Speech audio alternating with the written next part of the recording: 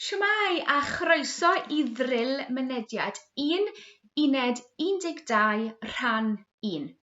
Shwmae and welcome to the entry level 1, unit 12, part 1 drill. As always, please look over your vocabulary before we begin the drill, and as usual, please don't read your course books as we are going through the drill, as it is more important that you concentrate on what you are saying and your pronunciation.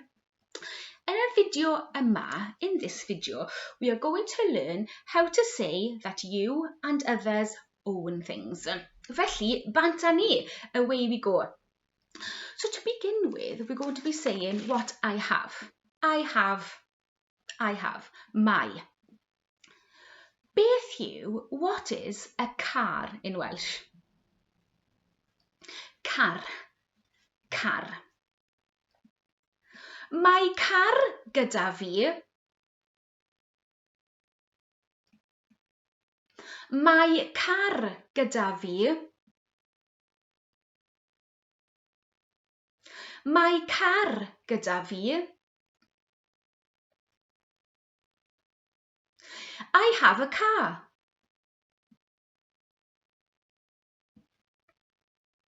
Mae car gyda fi. Da iawn. Beth yw, what is a house in Welsh? Tŷ. Mae tŷ gyda fi.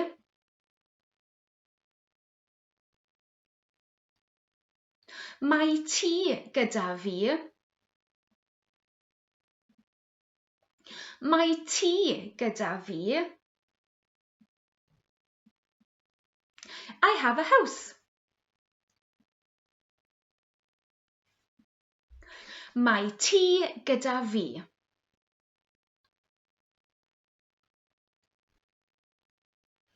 Da iawn. Beth yw, what is a television in Welsh?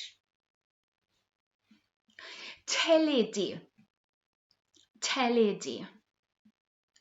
Mae teledu gyda fi. Mae teledu gyda fi. Mae teledu gyda fi.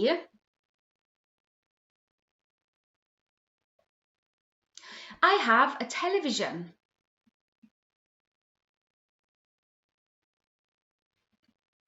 Mae teledu gyda fi.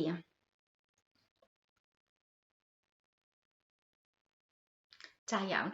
Beth yw, what is a class in Welsh? Dosbarth. Mae dosbarth gyda fi. Mae dosbarth gyda fi. Mae dosbarth gyda fi. I have a class. Mae dosbarth gyda fi.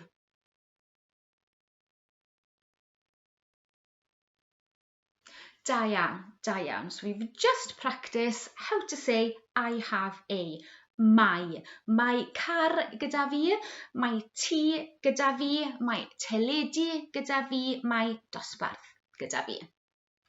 Felly, symud ymlaen, moving on, we're going to be practicing now the question, do you have something?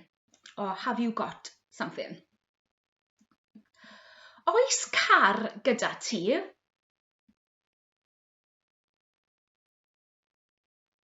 Oes car gyda ti?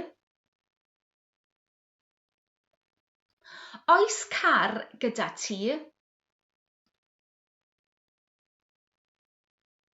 Have you got a car?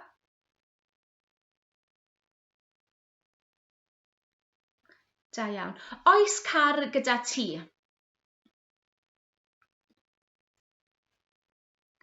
Oes teledu gyda ti?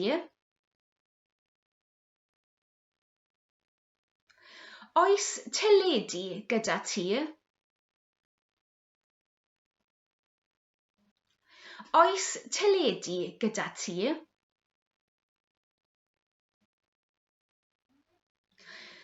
Have you got a TV?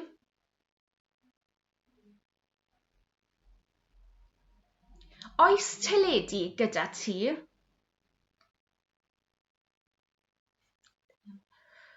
Oes teledu gyda ti? Da iawn. Oes dosbarth gyda ti? Oes dosbarth gyda ti? Oes dosbarth gyda ti? Have you got a class?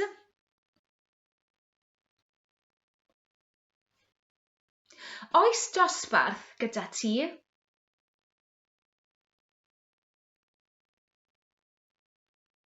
Da iawn. Oes gwaith gyda ti? Oes gwaith gyda ti? Oes gwaith gyda ti? Have you got work or a job?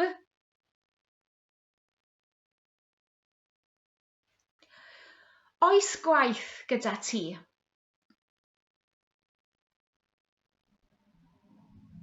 Da iawn. Gyda ti, with you, of course, is that singular and informal you. Gyda ti. Felly, symud ymlaen, we're going to be practicing some new yeses and nos. This is quite a nice yes, as the yes that you need in this sentence is already given to you in the question. Felly, the yes for this pattern is oes. Oes. Oes. Yes. Da iawn. Oes. As you can see, the answer is given to you in the question. Oes car gyda ti? Oes. And the negative, or the no, is nac oes. Nac oes.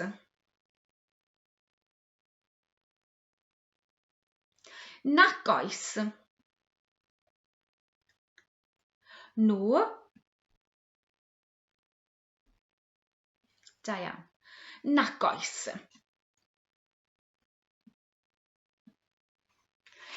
Da iawn. Da iawn. Next, we're going to be practicing the negative pattern.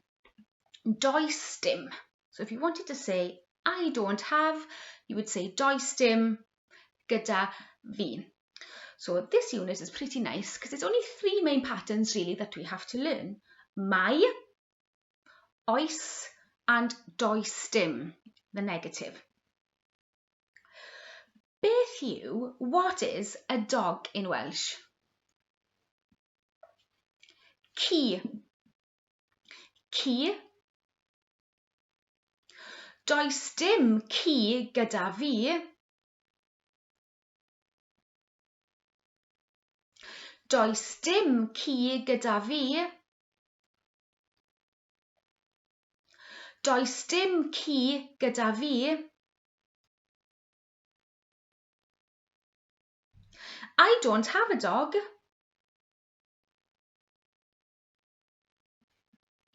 Does dim ci gyda fi. Beth yw, what is a cat in Welsh? Cath. Cath. Does dim cath gyda fi. Does dim cath gyda fi. Does dim cath gyda fi. I don't have a cat. Does dim cath gyda fi. Beth yw, what is a horse in Welsh? Ceffyl. ceffyl. Does dim ceffyl gyda fi. Does dim ceffyl gyda fi. Does dim ceffyl gyda fi. I don't have a horse. Does dim ceffyl gyda fi.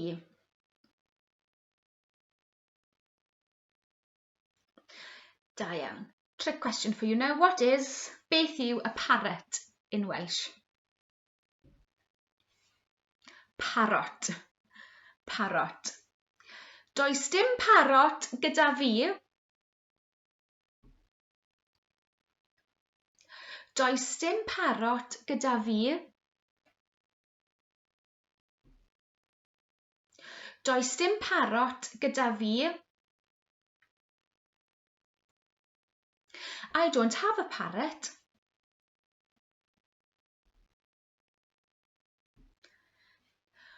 Does dim parrot gyda fi.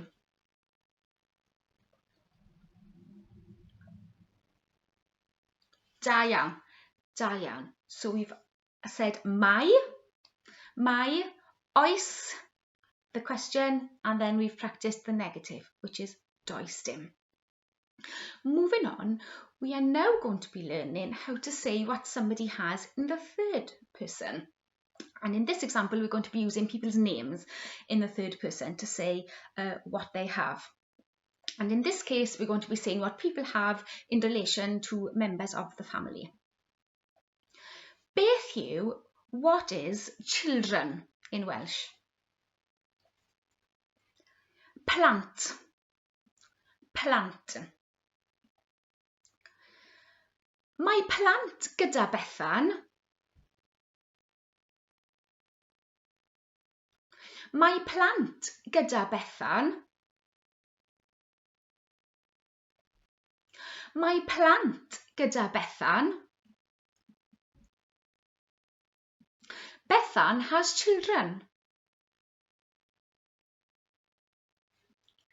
Mae plant gyda Bethan.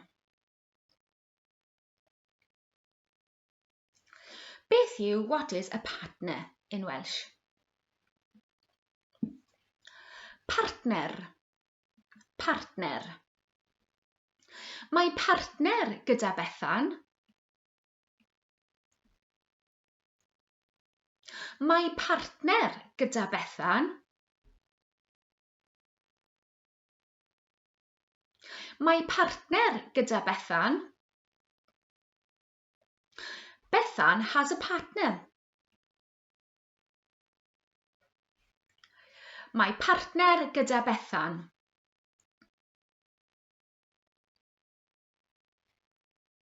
Beth yw, what is a brother in Welsh? Brawd. Brawd. Mae brawd gyda Bethan. Mae brawd gyda Bethan. Mae brawd gyda Bethan. Bethan has a brother. Mae brawd gyda Bethan.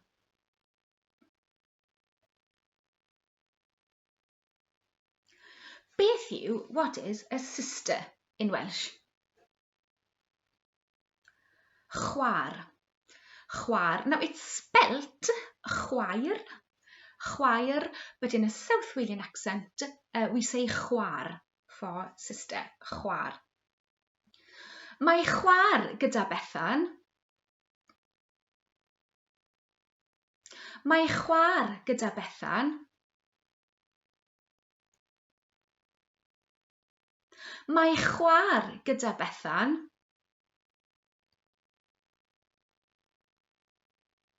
Bethan has a sister.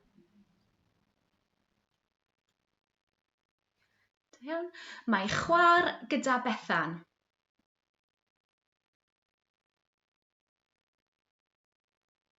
Da iawn.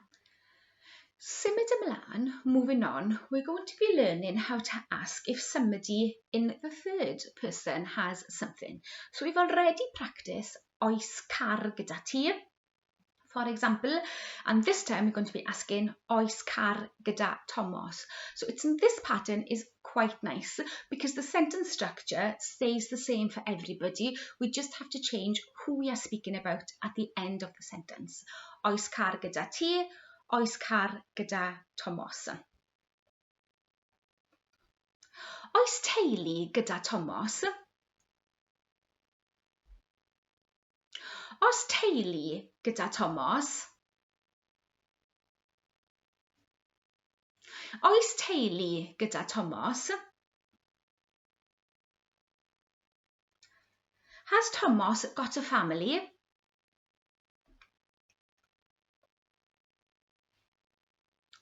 Oes teulu gyda Thomas?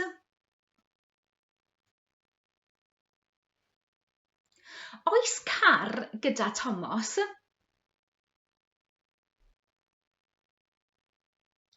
Oes car gyda Thomas? Oes car gyda Thomas? Has Thomas got a car?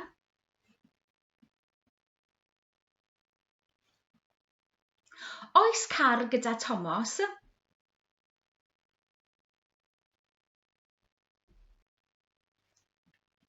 Oes ci gyda Thomas? Oes ci gyda Thomas? Oes ci gyda Thomas? Has Thomas got a dog?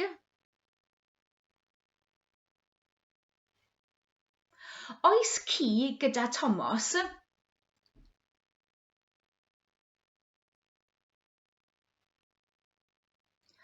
Oes diod gyda Thomas?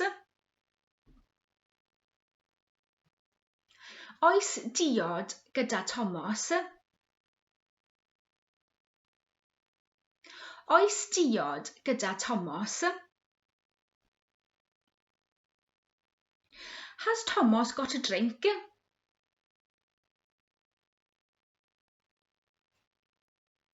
Oes diod gyda Thomas?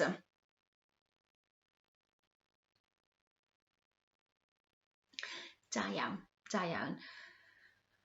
And again, what's really nice about this pattern is we use the same yes and same no for every person or every pronoun that we are speaking about. So the yes in this case, oes teulu gyda Thomas, is oes. Oes.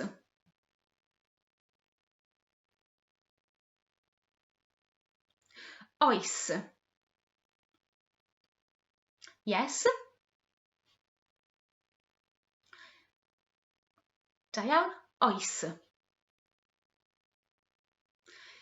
And the no, once again, is nac oes. Nac oes. Nac oes. No. Nac oes. Da iawn, da iawn. Symud ymlaen, moving on, we're going to be doing these negative patterns now in the third person. So saying what somebody in the third person hasn't got or doesn't have. And once again, this pattern is really nice because the main bulk of the sentence stays the same. We just have to change who we are speaking about at the end of the sentence. So another example, does dim car gyda fi? I haven't got a car. Does dim car gyda Thomas? So as you can see, the main sentence stays the same. We're just changing who we are speaking about at the end of the sentence. Does dim teulu gyda Thomas? Does dim teulu gyda Thomas? Does dim teulu gyda Thomas? Thomas hasn't got a family. Does dim teulu gyda Thomas.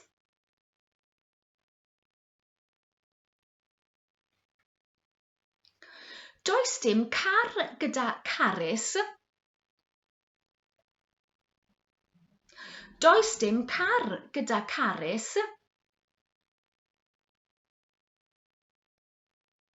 Does dim car gyda Carys. Carys hasn't got a car.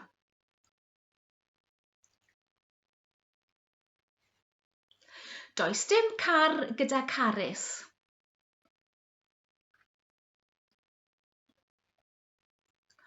Does dim ci gyda Gwen. Does dim ci gyda Gwen. Does dim ci gyda Gwen. Gwen hasn't got a dog.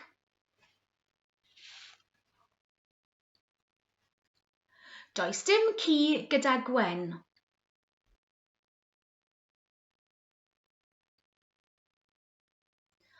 Does dim diod gyda Dewi. Does dim diod gyda Dewi. Does dim diod gyda Dewi. Dewi hasn't got a drink.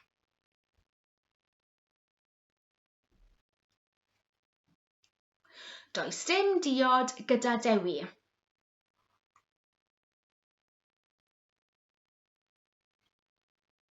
Gwych, da iawn, dyna ni, uned 12, rhan 1. There we are, unit 12, part 1. And you can now say what you and someone else has. I have a Welsh class tonight. Mae dosbarth Cymraeg gyda fi heno. Oes dosbarth Cymraeg gyda fi heno? Does dim dosbarth Cymraeg gyda fi heno. Felly, da iawn, and I will see you in the next video. Hwyl fawr!